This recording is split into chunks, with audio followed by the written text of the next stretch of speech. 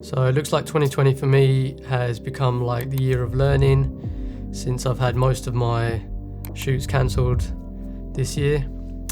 And my latest venture has been into the world of FPV drone flying. If you would have seen the last video I made, the reenactment short film, not really sure what to call it, but yeah, if you would have seen that, you would have known that, yeah, that is the newest thing that I'm getting into and learning. So what is FPV? FPV stands for first person view, and what it means when it comes to drone flying is essentially you're looking into a pair of goggles and you're seeing exactly what the camera on the drone sees as you're moving forward. And you might be saying to yourself, if you've ever flown a DJI Mavic or Phantom drone, you might be saying that's exactly the same thing as what we do, except we're just looking at it on our phone or iPad. And yeah, you're right, it is very similar, but also like really different. It's tough to explain if you haven't actually tried it yourself, but basically when you have the goggles on, you are really immersed into flying and you don't get distracted by anything else. You can't see anything else except for just straight forward in front of you. With the DJI drones, the Mavic Pro for example, if I'm looking at it on my phone, a lot of the time I'm also sort of checking line of sight to see where it is, or there might be a little bit of glare, so I'm not exactly seeing what I should be. The screen is very small, so usually I'm just sort of getting a rough idea of the frame, and you know, I'm trying to do my maneuvers and stuff, but I'd obviously be quite wary of getting close to stuff, or if I'm getting close to stuff, I'll be going very slowly, very tentatively. When you're flying in the FPV, you're going forward at quite a good speed that I probably don't even realise myself how fast I'm going because I'm actually in the goggles. A couple of times when I've flown just line of sight with the FPV, I freak myself out because I'm like, wow, that's going really fast, and I just bring it down straight away. I can't really even do line of sight with FPV drone. But when I'm in the goggles, I feel more relaxed, more calm, because I am basically just seeing what's in front of me. So if there is an obstruction or something coming up in front of me, I'll just swerve out the way, almost like you're playing a video game. I think that's the best way I can explain it. It really just feels like you're playing a real life video game. Now, essentially between a regular consumer drone, DJI drone, and an FPV, there are a lot of similarities. Obviously, you've got a camera flying around in the air, capturing footage for you. DJI drones, such as the Mavic Pro, which I have as well, you've got all the bells and whistles. It's pretty much one of those things that you could just sort of take out the box, learn a couple of things, put it up in the air, it will hover, you start to fly it very easily enough with a controller, and you're good to go. You can start getting great footage straight away.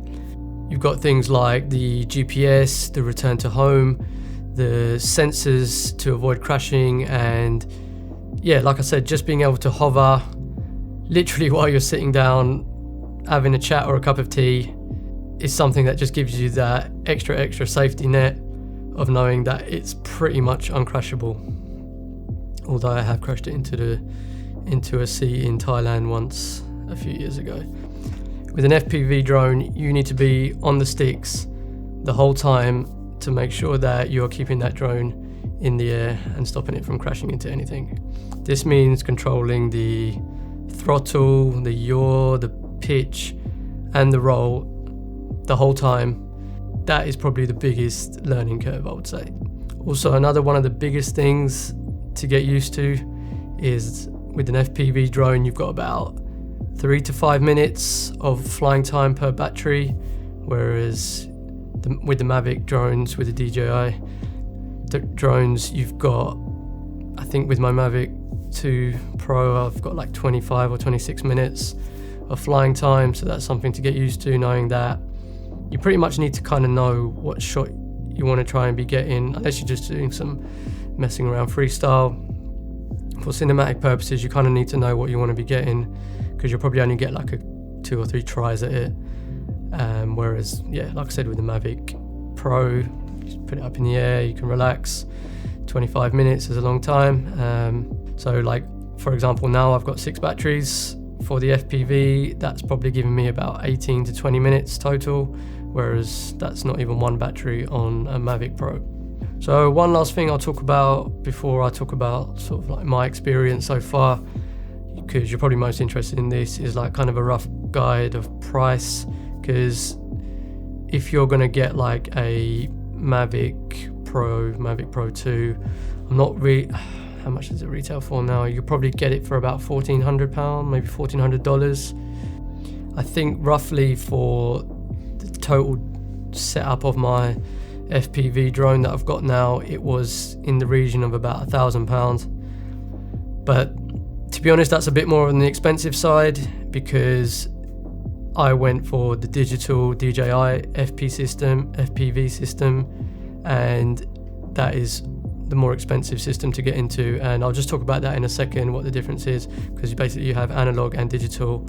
The analog side of it is a lot cheaper to get into, and a lot of people recommend, if you're getting into it and you're not quite sure about it, maybe get into analog because it is quite a bit cheaper. You could probably get like a whole good sort of setup for about £600 or £700. Going back sort of 7 weeks now, I think it's been roughly, when I was first researching into this whole FPV world, it was like crazy intimidating. It really took me back to the early days of when I was starting to learn about video, when I was starting to learn about cameras.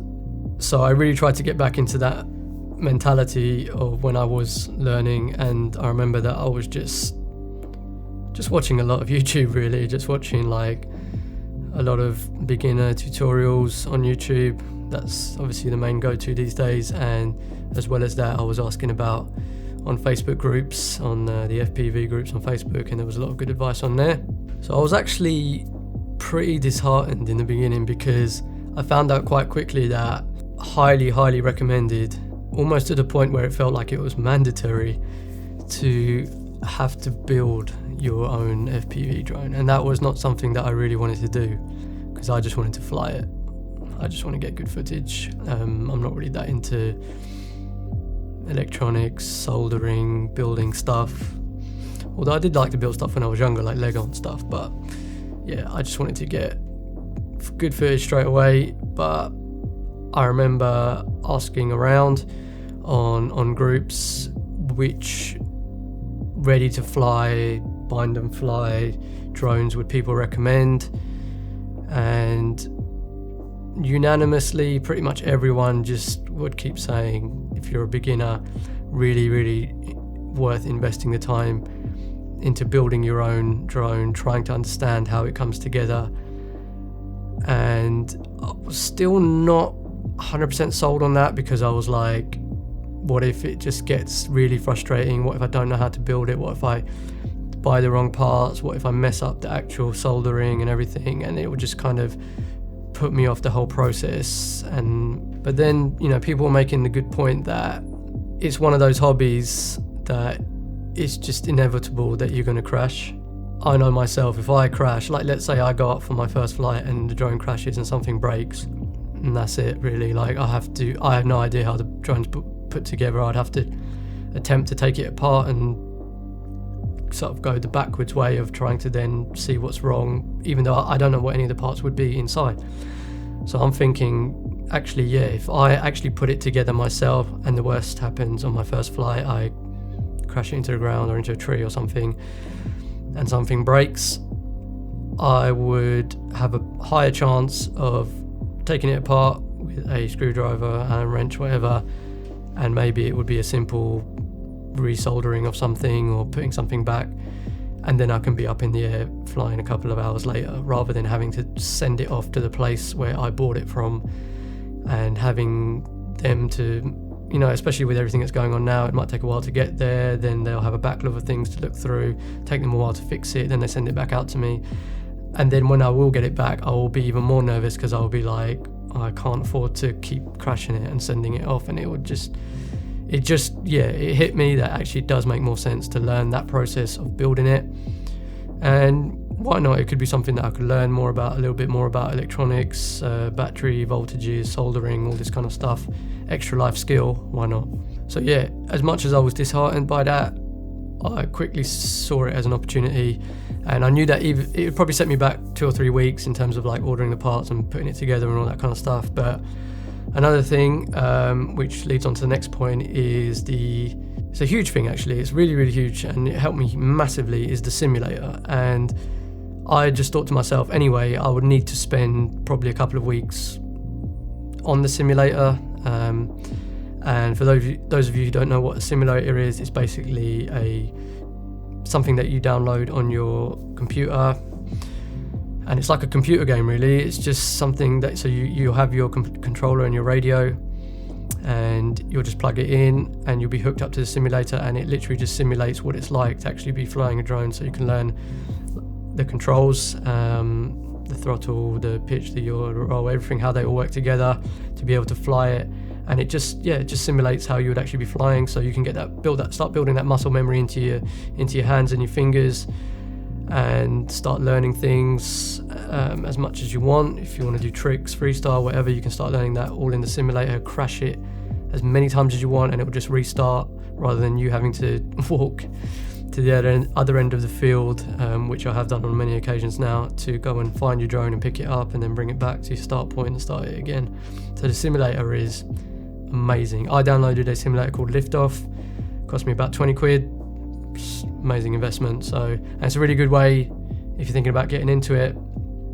A cheap way is just get yourself a radio or controller and plug it in, download the Liftoff simulator and just practice on there. And you might discover that you don't really like it, and that's cool. You've only bought a controller, just go and sell it back on eBay. Or you might discover that it's absolutely amazing and you want to get into it, and all good. Just start buying your stuff and building, and you'll be on your way. So the next thing, which I did touch on earlier in the intro, is the whole analog versus digital thing.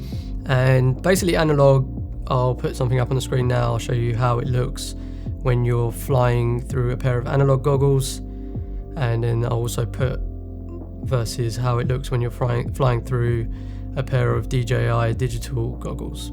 So as you can see, like with the analog, you've got sort of the staticky breakup like you would have with like an old school TV set, for example. So that shows up basically when you start to lose signal, if you go too far away, if you go through some trees, or you penetrate into an area and you start to lose signal, you'll get the staticky breakup. Whereas with the DJI system, it just kind of starts to pixelate, so you can still make out where you are, what's going on around you. You just get like the pixelation, and then basically it's just a bit rate dropping.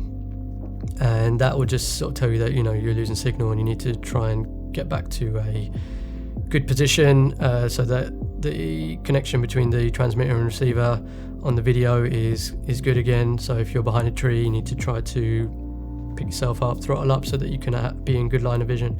Anyway, that's getting onto the actual flying of it. So basically, the analog versus digital. Analog is generally considered cheaper than DJI digital, but the quality of the video transmission feed that you're watching through your goggles is not as good. And if you're with a group of people and you're racing, you'll want to most likely be on an analog set of goggles. I would say they're the main three things that you want to consider.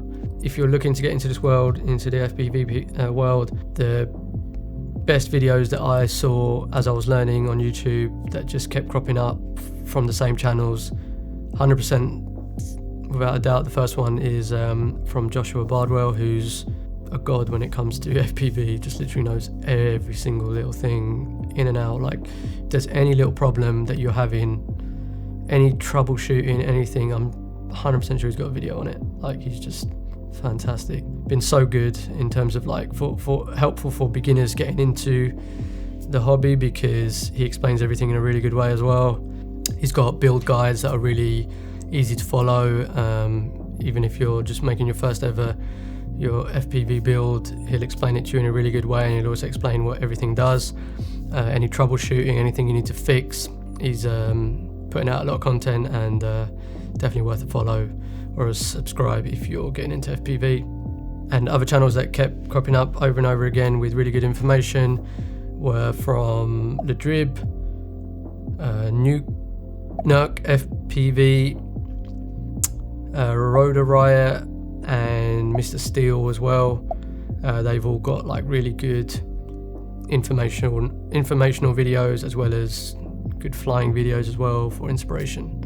So basically, when it comes to the build, I'll leave links to all the parts that I use to build my drone, with the tools as well down in the description. But when it comes to the actual process of it, I'd never soldered anything in my life, so I, on the recommendation of some people on groups and on YouTube as well, actually bought a little practice soldering board, and yeah, just practiced actually learning that process with some practice wire as well, just wiring up, tinning, all that process. And yeah, once I got comfortable enough with that, I went ahead and did it on the actual ESC that I had bought, because I didn't want to mess that up, especially on the first go. Okay, so built it, drone, didn't manage to smoke anything up or anything, luckily enough. Next step after learning in the simulator and then building it was to build up the courage to actually go out and get it up in the air and try and fly. Hopefully nothing will go wrong. I know that the way I put it together in my last video, everything looked seamless. I went there, I plugged it in, and I got it up in the air and I was flying like a pro. That was not the case at all. That was just like a kind of reenactment, almost like how I wanted it to go, just to try and make me look cool. But basically, that's not really how it went. I did have some issues in the beginning. I'll just put up a little quick video that I took on my phone of the first time of me trying to actually fly up in the air. I was like really shaking as well. I was very scared and nervous because I just didn't really know what was going to happen. And yeah, basically when I did throttle up, I throttled, and it kind of just made a really weird high-pitched noise, and I think it went up a little bit and then just went down on the floor, and that happened quite a few times, and it was really frustrating. And at that point I was like, this is really annoying, because I just want to fly it, at least get it up in the air and just do a circle or something, anything, you know, like I just really wanted that feeling. But yeah, I couldn't do it, and it took me a good 20 minutes to figure out that actually the props were not really tight enough, or at least on one of them wasn't completely tight. So that is one of the reasons why it just kept going up a little bit and then falling straight down.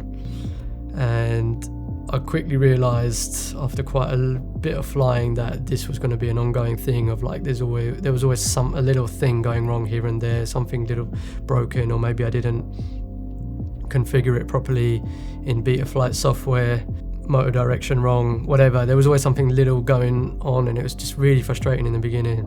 This was one of the biggest things, like this is one of the biggest pros of building it and going through Betaflight software to sort out the actual software of the flight controller itself. That was one of the biggest pros of doing that, because I started to learn, and then I started to get, without even realizing it, I started to learn that actually I was figuring out the problem, if there was any problem, or if there was a crash, which I have crashed on loads of occasions. I can kind of figure out what was going wrong straight away. So that's been really good.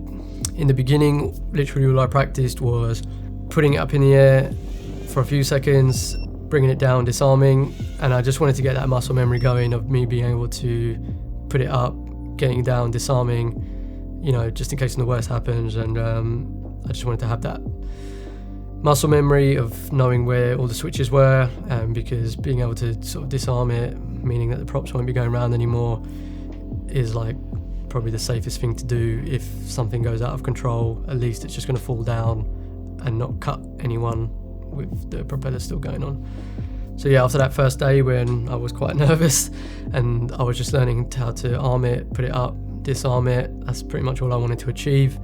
I kind of called it a day, and at least I had that in the bag to know that the next time that I would go out, I'd try to then build on that and start putting it up in the air and flying straight, turning around, coming back, and that was the next thing that I just practiced quite a bit. So yeah, I kind of went into a process of trying to fly around in circles, then learning how to throttle up, take my throttle off completely, allowing it to fall, and then trying to stop it before it hits the ground, which is quite an important thing to know when you're flying FPV.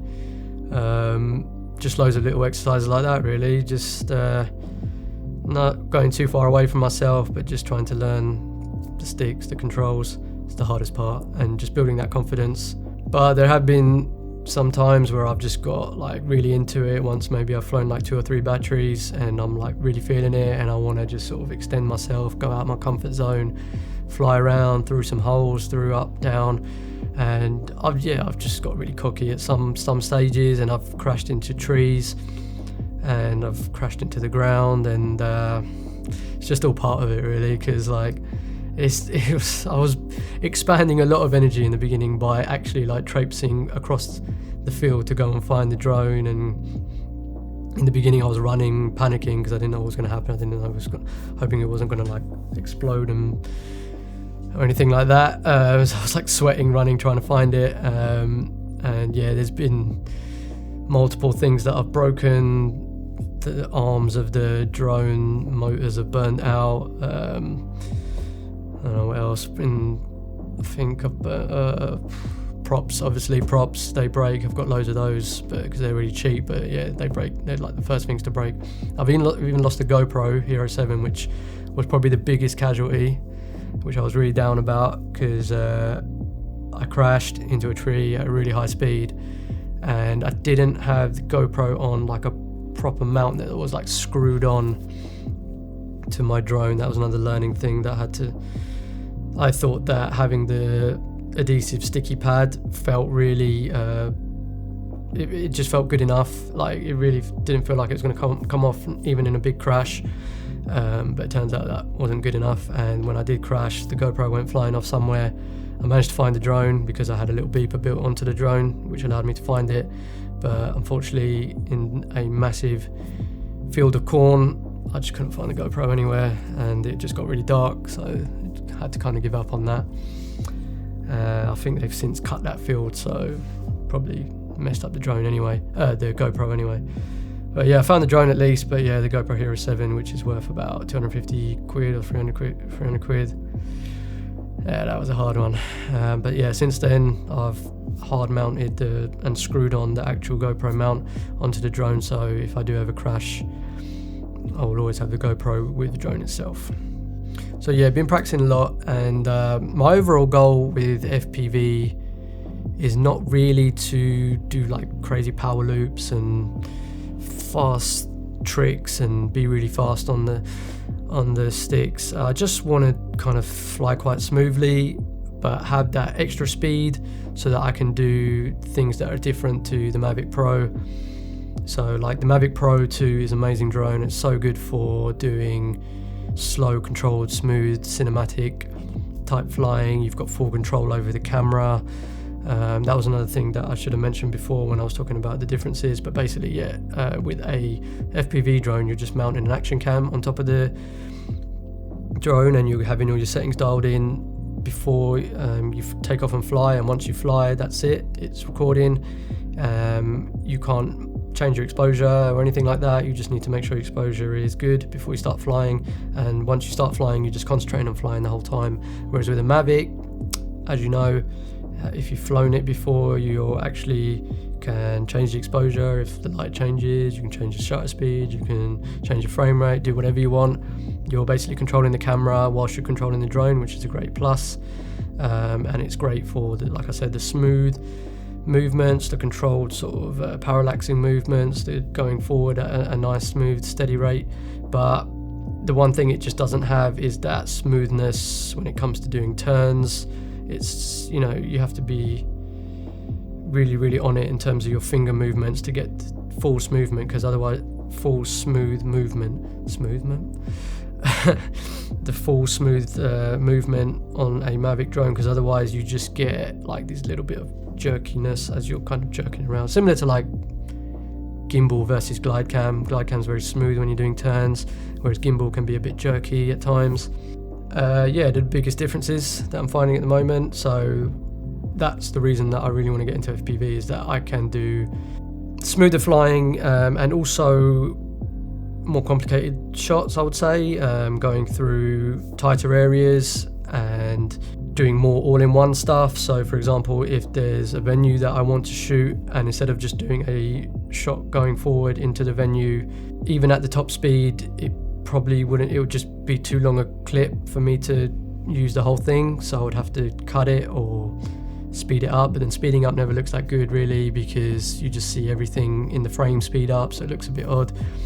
And then with an FPV drone, I could actually go forward towards that venue and then maybe circle around it, but all within a good sort of time frame of maybe 4 or 5 seconds, rather than with a Mavic it might end up being like 20 or 25 seconds where the clip is just too long. So yeah, for kind of like all-in-one shots, I think that's one of the biggest advantages of having this FPV. And yeah, like I say, like going into smaller gaps and things like that, really. Yeah, just experiment. It's like really fun to fly as well, like really, really fun. It's like just become like a hobby. I know they call it's like the hobby in FPV, but like it actually has become a really good hobby of mine. So like even when I'm thinking of like, oh, I'm a bit bored, what should I do? I'll just go out and fly now. Not necessarily because I want to capture like great footage. I just like the feeling of going out and flying. It's just awesome. Anyway, that's where I'm up to when it comes to FPV. Like I said, I think it's been 7 weeks now, and it's been a lot of ups and downs. There's been a lot of learning. There's been a lot of frustrating times, but it's been like really rewarding so far. If you're new, you know, if you found this video somehow and you're new here, and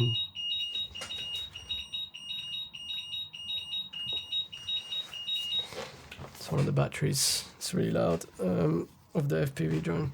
Yeah, if you're new here, you found this video by chance somehow, and you actually managed to get all the way to this stage of the video, because I know this is going to be a long one, then thank you so much. This is not an FPV channel, as you all know, because I've only started it. I don't see it being like, you know, me doing a lot of FPV stuff, because I'm not really that well, I don't have that much knowledge, I'm not that experienced in it. But you know, if I do learn something that I think could be of value when it comes to FPV to, let's say, newbies or beginners, I might put something up.